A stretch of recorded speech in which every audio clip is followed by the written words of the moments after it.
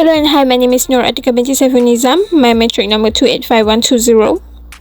And today I would like to explain about sustainable urban design for the urban future city. Region, town, Green Valley. Why named it? Green Valley was named due to its lush greenery and picturesque valleys.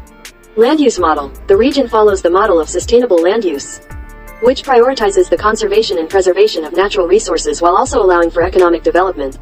Why choose that model? Green Valley chose this model because it values the long-term sustainability of its ecosystem. It also attracts eco-tourists who are willing to pay a premium for ecologically responsible tourism. Main landmark, the Green Valley National Park, which is home to diverse flora and fauna, including the endangered green parrot.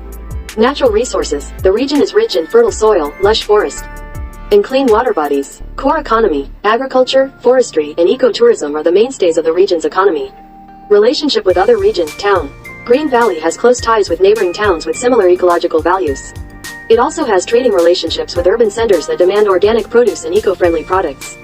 Fragmentation of the region. The region is not fragmented as it has strict zoning laws that differentiate between agricultural, residential, and industrial areas.